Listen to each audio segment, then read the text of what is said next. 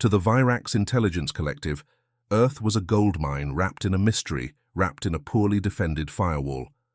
They'd watched humanity climb from sticks and stones to orbital stations in record time. They watched them invent the internet, fight wars over oil, then get distracted by cat videos and cryptocurrency. They didn't understand the culture, didn't trust the progress, and, above all, didn't believe for 1 second that Earth's military systems were as primitive as the humans pretended. So, naturally, they sent a spy. Not just any spy. Unit Theta ZR4, elite infiltration model, synthetic flesh, adaptable neural net, multilingual, and equipped with stealth protocols that could bypass 90% of known surveillance systems. The mission was simple: infiltrate Earth, access defense data centers, extract files, and report back. What Theta ZR4 didn't know, Earth already knew. Miles beneath Nevada, in a bunker that didn't technically exist, Ethan Red sipped his coffee and stared at the live feed. "Wow," he said, watching the synthetic humanoid sneak through an air vent. "They really sent the stealth model." His co-worker, Danielle, leaned over. "That the Virax?" "Yep, third one this month.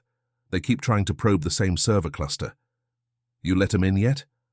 "Oh yeah," Ethan said, tapping a few keys. "They're downloading already." She smirked. "So what did you feed it this time?"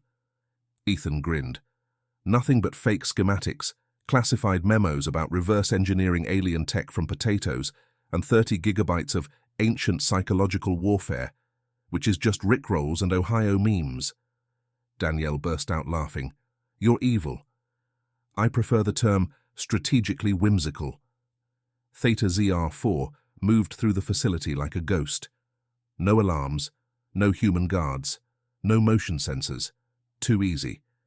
It reached the core terminal, extended its interface spike, and linked with the central intelligence hub. Data flowed. Fast. Files labeled Project Saturn Lance, Tactical Exo-Cortex, and Human Limit Break protocols. Even better, there were logs of test subjects, strange glowing devices implanted into the brains of elite Earth soldiers. Claims of adrenaline supercharging, unpredictable aggression, and something called combat jazz. Theta's processors buzzed with excitement. This was the jackpot. It uploaded everything. Back at Virax High Command, Supreme Analyst Vornak Vess clicked through the recovered files with increasing alarm. What in the name of entropy? One of the files displayed footage of a soldier screaming "yeet" while drop-kicking a drone out of orbit. Another showed a squad bench pressing alien weapons as part of resistance training. One report claimed a Terran could survive a direct plasma hit if they were angry enough and listening to metal. And then there were the plans, schematics for something labeled Project Chaos Fist, a fusion of powered armor, neural interface, and caffeine reactor. Vornak swallowed hard. They've evolved past logic. Back on Earth, Ethan and Danielle watched as the Virax downloaded the last file, Protocol, Duct Tape Salvation. It was, in fact, a 12-minute montage of Earth engineers fixing catastrophic failures using duct tape, rage, and Red Bull. Ethan leaned back. "They'll either think we're insane or unstoppable. They're not wrong either way." 2 days later, Virax diplomats arrived at EarthGov headquarters, demanding a meeting. They didn't know that Ethan Red was already there, sitting behind mirrored glass, sipping coffee, and watching every twitch. The head diplomat, a lizard-skinned Virax with a nervous tremor, leaned in. "We acknowledge your strategic capabilities and the alarming efficacy of your psychological warfare." EarthGov's representative raised an eyebrow. "We're flattered. What brought this on?" The Virax hesitated. "There are documents, videos, tactics. Your combat jazz doctrine is deeply concerning." The human paused. "Which part exactly?" "The part where your soldiers scream, 'Let's go,' before breaking their own restraints and launching into battle without armor." "Ah," the human said. "The Friday Protocol." The Virax paled. We would like to propose a non-aggression pact." Just like that? We are re-evaluating our approach. Behind the glass, Ethan whispered, re-evaluating your brain capacity, maybe. At that exact moment, back at Virax HQ, Theta ZR4 was beginning to glitch. Its neural processor couldn't reconcile the data. Why were humans building death lasers out of microwaves and bicycle parts? Why was a top-secret human operative's password just password 123 and still somehow considered unbreakable? Why did one document claim humans had a cat division trained for stealth infiltration using sneaky loaf formation? Nothing made sense. Theta's final log before itself deactivated? They are not strategic. They are chaos incarnate. 3 weeks passed. Other species noticed. The Zarn Federation, longtime skeptics of human intelligence, sent their own infiltration drone. It made it as far as a public library in Cleveland, connected to an open Wi-Fi signal, and was immediately flooded with search history logs including, "Can you cook spaghetti on a car engine?" "What is a Florida man?" "Why do humans fear clowns?" It was never seen again. The Zarn issued a quiet advisory. Do not attempt direct espionage on humans. They're either geniuses or terminally unpredictable. Possibly both. Meanwhile, Ethan Red launched a full disinformation campaign. He created a fake military program called Project Eldritch Elbow, which claimed Earth had discovered fourth-dimensional striking techniques. Accompanying footage showed a human punching a wall so hard a window broke across the room. The video was blurry, which only made it more believable. He uploaded the files to a secret server labeled Not for Spy Eyes 99. Within 48 hours, 12 different intelligence agencies downloaded it. Ethan didn't even have to market it. Aliens couldn't resist peeking into human chaos. He just made sure they left with the wrong kind of fear. One day, Danielle asked, "Aren't you worried they'll figure out it's all fake?" Ethan shrugged. "If they do, they'll think we're smart enough to fake being stupid, which is somehow worse." She thought for a moment. "God, we really are terrifying." He smiled. "I know." Ethan Red didn't invent information warfare. He just made it entertaining. Back in his Nevada bunker, still technically non-existent, he was curating another upload. This one featured a mock-serious documentary called The Secret History of the Human War Howl. It included archival footage of pro wrestlers screaming, Marines howling during night ops while holding cats, and a dramatic narration describing the ancient ritual of the pre-battle scream, paired with footage of a frat party, all watermarked with a fake EarthGov clearance level, Omega Ultra Red Scarlet clearance only. At this point, he didn't even bother locking the files, because if you wanted an alien to steal something, all you had to do was label it Top Secret and leave it somewhere obvious. The Virax were still reeling from their last intel haul. Diplomatic analysts had gathered for an emergency review session inside their orbital archive node. 27 experts, 3 philosophers, 1 war historian who'd already consumed 6 anxiety pills. They sat silently as footage of a human with a leaf blower and a bucket labeled Experimental Propulsion Test played on screen. "This," said analyst Rek, "was found in a folder titled Grav Nullifier Test, Early Concepts." Someone in the room whispered, "Did it work?" "It made him airborne for 3 seconds before he hit a mailbox." Pause. "Still better than our last prototype," another analyst admitted. Vrek shut off the feed. "We have to face facts," he said grimly. "We thought we were dealing with primitives.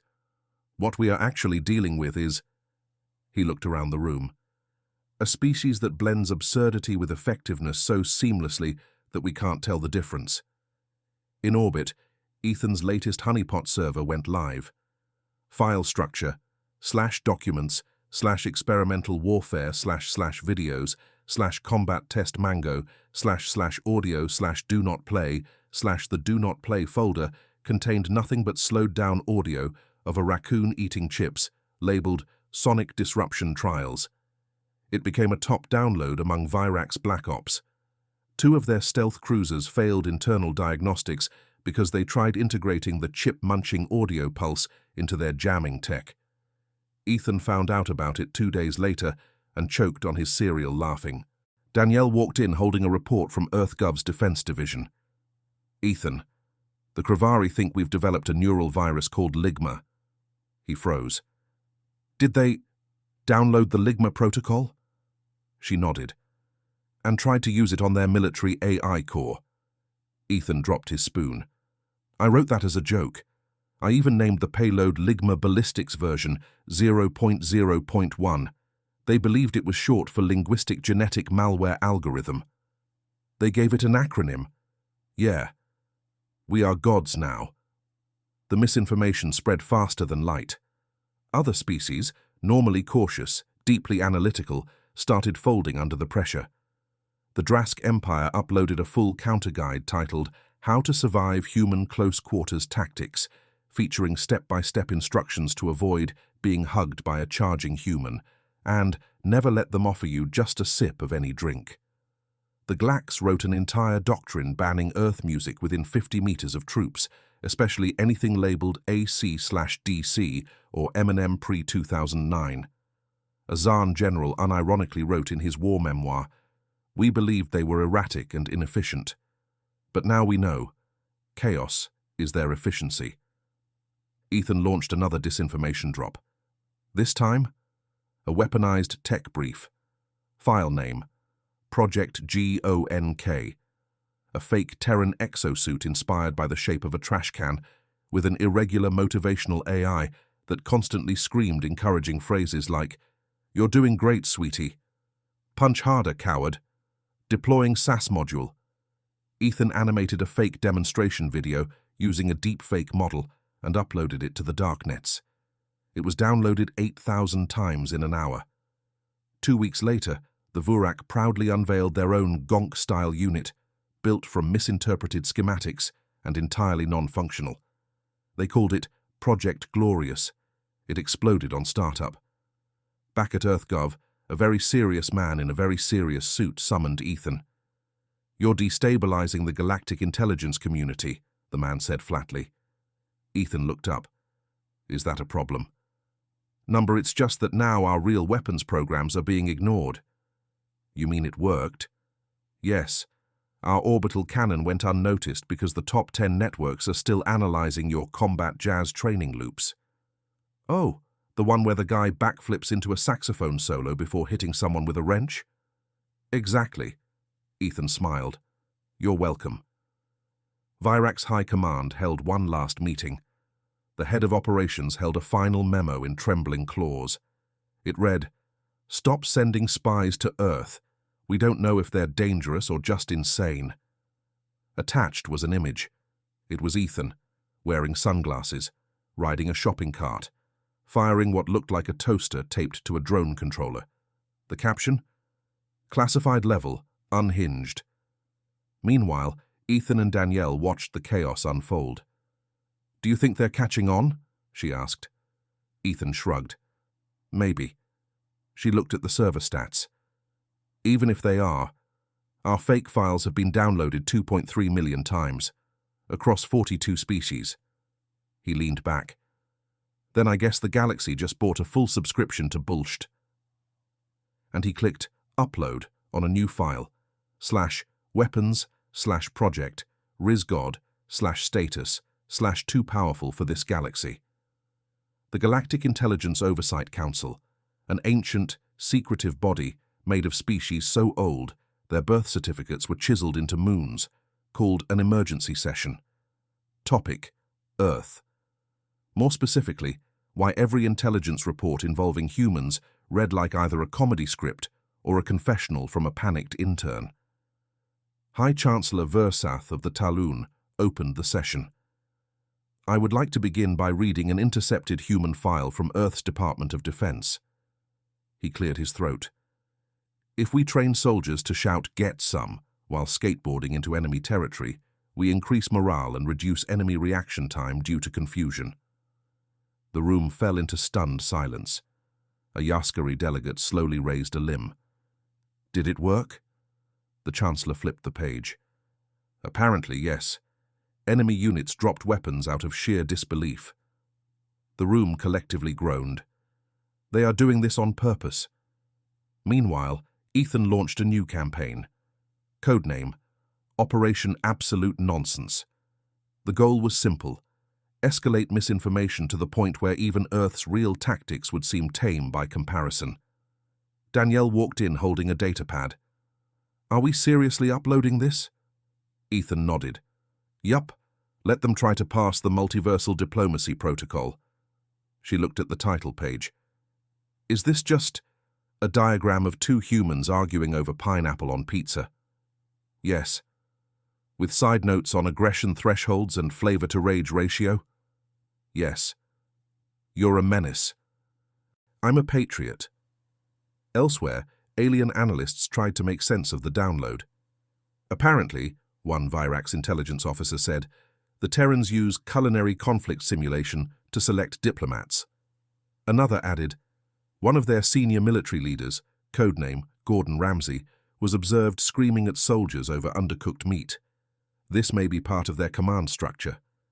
Their AI tried to process it all, then self-terminated. Back on Earth, Ethan ran stats. Alien dark webs were filled with conspiracies. Earth weaponizes irrationality. Humans operate on chaotic alignment only. Earth doesn't defend secrets. They dare you to understand them. Every week, a new spy tried to hack a new hidden server. Every week, Ethan greeted them with newer, dumber bait. Like the time he labeled a file Human Nanotech Serum and included only a gif of a cat being scared by a cucumber. 3 species tried to replicate it as a medical injection. 2 ships were lost. 1 fleet commander was fired after stating, I don't care if it's a meme, it felt powerful. Ethan's next file dump included how to build a wormhole using laundry machines, quantum tunneling via intense staring, the tactical advantage of vibing, a full 200-megabyte document explaining that if you hit the yoinky-sploinky hard enough, reality breaks. Danielle read the last one twice. This broke a researcher's mind. Ethan looked up. The one from the Zahn lab. Yeah. Good. He plagiarized our toaster cannon schematic last month. The aliens weren't giving up. Instead, they doubled down. The Yaskari sent a psychic infiltrator to Earth, a non-physical being capable of reading thoughts and interpreting subconscious fears. It lasted 20 minutes in a Walmart. After being bombarded by fragmented human thoughts, ranging from, did I leave the oven on, to, what if dogs have been lying to us this whole time, the entity screamed, too much noise, and fled to the asteroid belt. It later submitted a formal complaint. Earth minds are fractalized chaos. Exposure causes logic hemorrhage. Still, Ethan wasn't done. His next masterstroke was Project Red Herring. He created a fully simulated network of super agents, all fake. Names like Agent Cringe Lord Captain Ohio, Dr. Beef Supreme. Each one had a dossier filled with half-truths, made-up battles, and carefully planted references to real Earth tech buried deep within nonsense. The aliens believed it. They began tracking Agent Cringe Lord. He had his own fan base. Someone even made a cosplay. Ethan didn't stop it. He leaned in. He made Cringe Lord merch. It sold out. Even EarthGov started asking if the agent was real. Ethan just said, that depends on your definition of real. Then came the final straw. A coalition of alien intelligence services sent a diplomatic envoy to Earth, not to accuse humanity, but to ask for help. We've come to make a deal, the lead delegate said. Ethan watched from the glass booth. The EarthGov representative raised an eyebrow. Go on. The alien sighed. Teach us. Teach us how you do. Whatever this is. There was silence. Are you asking Earth to open a school? Not a school, the delegate muttered. An academy for strategic absurdity. A week later, the Human School of Weaponized Disinformation and Defensive Memetics opened its first class. Course titles included Bamboozling 101, How to Confuse an Empire with a Tweet, Psychological warfare through TikTok, sound edits, crafting chaos, engineering believability in the unbelievable. The galaxy signed up. Ethan gave the keynote. He stood on the podium, laser pointer in one hand, and opened with, "Class is in session. First lesson. Never trust a folder that says, homework, final reel, final2.zip. Thunderous applause. Danielle watched from backstage. Think they'll ever realize? Ethan sipped his coffee. They already did. And they still joined? He smirked. That's what makes them smart. The Human School of Weaponized Disinformation and Defensive Memetics, HSWDDM, affectionately known by the galaxy as the Meme School, was now a full-fledged institution. It sat in orbit above Earth, inside a former weapons testing station repurposed into classrooms, VR labs, and an auditorium with a stage that was once used to demonstrate railgun physics. Now it hosted PowerPoints with titles like How to Gaslight a Surveillance Drone. Enrollment? Full. Waitlist? 83,000 applicants from 31 different systems. The syllabus? Utterly incomprehensible. To humans, that is. Ethan stood at the front of Lecture Hall Alpha, wearing a black hoodie that said, "Disinformation is just prepaid confusion." Behind him, a 300-foot screen displayed this week's lesson. If you lie fast enough, the truth can't catch you. His students included a Kravari diplomat, whose species used 3 brains for parallel reasoning, a Sarnath warrior, who once led a psychic siege against the Torg Axis, a Glax archivist, whose species was genetically engineered for pattern recognition, and not a single one of them could understand how TikTok worked. "All right," Ethan said. "Today we're covering rapid response misinformation loops." He clicked to the next slide. It was a video of a man yelling, "I am the storm," before slipping on a skateboard and hitting a mailbox. Question: was this staged? The room was silent. The Dravikian raised a tentacle. Yes? Nope. Completely real, Ethan said. And now it's been downloaded over 2 billion times. What does that mean? Another alien hesitated. It's a psychological deterrent. No, Ethan said. It means no one remembers the original storm footage. Just this. He paused. That's how you bury truth under attention span. Meanwhile, galactic intelligence agencies were panicking. They had trained to fight infiltrators, codebreakers, and Black Ops saboteurs. They were not prepared for weaponized pop culture. An emergency summit convened. Reports included an entire Kravari ship's AI had self-terminated after analyzing 30,000 Earth memes without context. A Sithari cultural analyst attempted to deconstruct Shrek 2 and started speaking only in quotes. The Yaskari military banned the phrase "It's Morbin time" after a stealth unit collapsed laughing mid-operation. The new threat level. Cultural overload. Red. But not everyone resisted. Some adapted. A few enterprising alien governments realized they couldn't beat humanity at rational warfare, so they joined the absurdity. The Zarn Federation hired human consultants to design a chaotic misinformation unit. Their logo: a slice of pizza with sunglasses riding a neutron bomb. Their motto: "Oops, we did it again." Their first operation involved seeding enemy forums with rumors that humans could shapeshift into ducks. Within a week, an enemy army accidentally fired on a lake. Back at Meme School, Ethan was refining his masterpiece: Operation Dead Drop. A disinformation cascade so convoluted, so idiotic, and so subtle, it could collapse an entire intelligence network from within. It involved a downloadable document titled Top Secret Human War Magic, a 14-page guide to advanced tactical posing with diagrams of people dabbing in full combat armor, a fake quantum algorithm that appeared to do nothing but rendered encrypted files into anime fan art. Danielle reviewed the plan and said, "You're unwell." Ethan nodded. "Exactly. That's the point." The file hit alien black markets within hours. Dozens of intelligence agencies downloaded it. Some tried to decode the fan art. One claimed to find coordinates. Another claimed to find God. By the end of the week, 4 species had launched internal investigations into RIS signatures, believing it to be a form of human encryption tied to confidence levels. The Virax even implemented a swag monitoring unit. Their first report: subject, human, male, age 19. Behavior: moonwalked into a diplomatic summit. Threat level: high. Possible activation phrase: sheesh. Meanwhile, Ethan's school reached cultural saturation. EarthGov didn't even try to stop it. Why would they? Enrollment brought in billions. Alliances were forged in satire. Former enemies were now busy trying to decipher Vine references from 2014. During a trade summit, a Zarnian negotiator quoted, "It's not a phase, it's a lifestyle." The humans gave them a discount on antimatter. Then it happened. One alien race, the Trell, decided to go full human.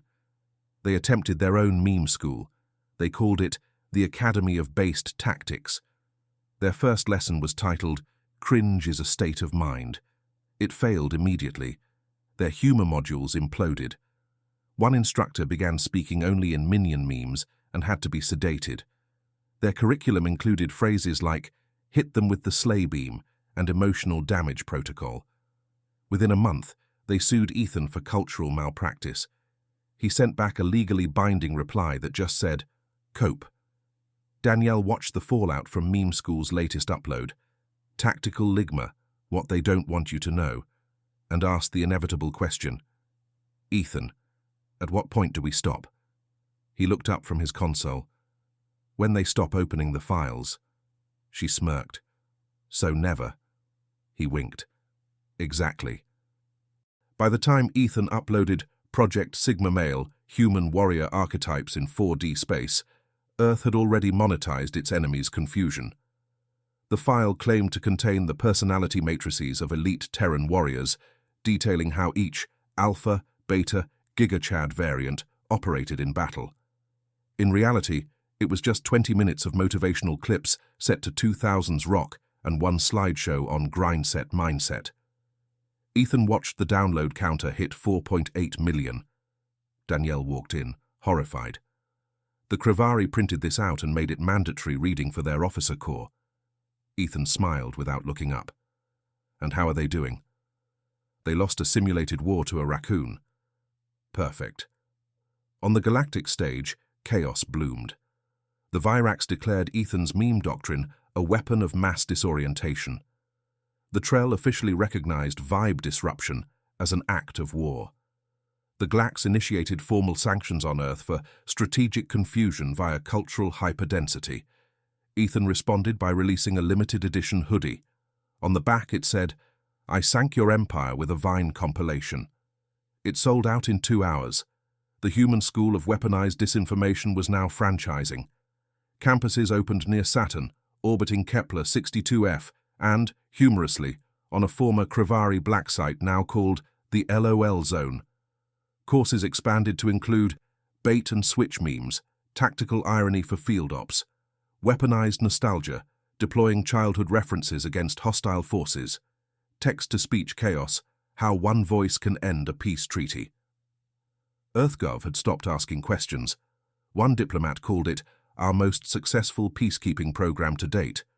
No one wants to fight a species that might deepfake their emperor into singing "Never Gonna Give You Up" in the middle of a battle. And then came the moment Ethan knew would one day arrive. An alien walked into his office. Not an enemy, not a spy, a student. A young, wide-eyed Zarn cadet holding a datapad. "I was part of the original intelligence unit that tried to steal Earth secrets," she said. Ethan leaned back. "Oh yeah? How'd that go for you?" She grinned. "I now teach understanding the human mind, fear, memes, and unholy confidence." He blinked. She handed him her thesis. Title, Chaos Engineered, The Structured Madness of Terran Information Warfare. He flipped through it. It was good. Too good. Danielle peered over his shoulder. "You're training successors?" "Not training," Ethan said. "Recruiting." He looked up at the alien cadet. "Want to come work for me?" She smiled. "I already do." Back on the galactic networks, a new warning flashed across intelligence grids. It wasn't from Earth. It was from everyone else. Warning: do not attempt to spy on Earth. They know you're watching, and they want you to. One attached file was just a laughing emoji that somehow corrupted a data node. Another contained a rickroll, but encrypted. Someone called it cultural terrorism. Ethan called it brand management. Meme School became its own department under the Earth Defense Alliance. Its graduates went on to lead communication divisions, intelligence agencies, and, somehow, stand-up comedy circuits across 8 systems. The motto? Confuse first, profit later. Ethan's final course, before he retired to launch a podcast, was titled How to Win a War Without Firing a Shot, The Power of Letting Them Think They Got You. He ended with this: they tried to spy on us. We let them. Then we sold them the lie. And they paid in full. In orbit, above the stars they once feared, Earth smiled. They weren't the strongest. They weren't the smartest. But they were definitely the most annoying. And somehow, that was enough.